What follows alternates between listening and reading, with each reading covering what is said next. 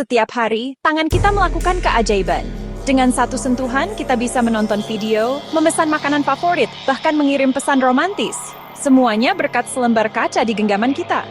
Tapi pernahkah kalian berpikir, bagaimana sih sebenarnya touchscreen itu bekerja? Ini gila banget kan? Jika kita bongkar layar HP, kita akan melihat beberapa lapis. Lapisan paling bawah menampilkan gambar, dan yang paling atas sebagai pelindung.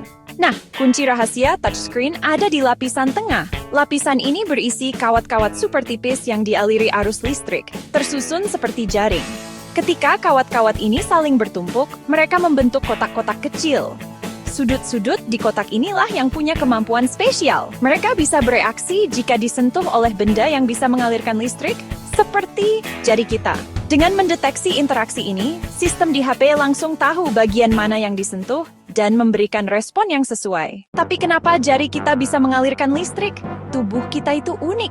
Kita mengandung banyak air yang bukan air murni, melainkan ada partikel bebas yang bisa membawa arus listrik.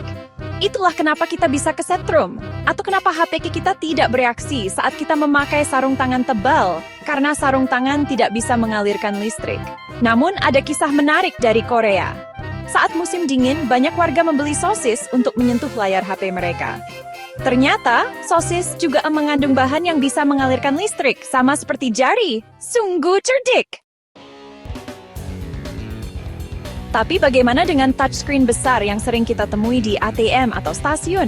Rasanya harus dipencet lebih keras kan? Ternyata, jenis touchscreen ini punya cara kerja yang berbeda.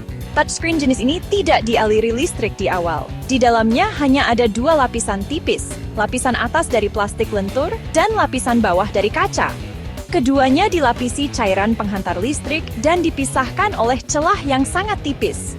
Saat kita menekan layar, kedua lapisan itu akan menempel menciptakan aliran listrik yang bisa dibaca oleh sistem.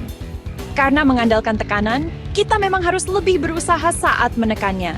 Tapi hebatnya, layar ini bisa dipencet pakai benda apa saja, tidak harus jari. Bayangkan, jika touchscreen tidak lagi hanya ada di perangkat elektronik. Para ilmuwan sedang mengembangkan teknologi layar sentuh di kulit kita.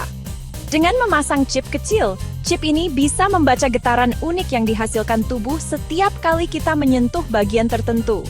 Misalnya, menyentuh pergelangan tangan bisa untuk menelepon, atau mengetuk jempol untuk membuka media sosial.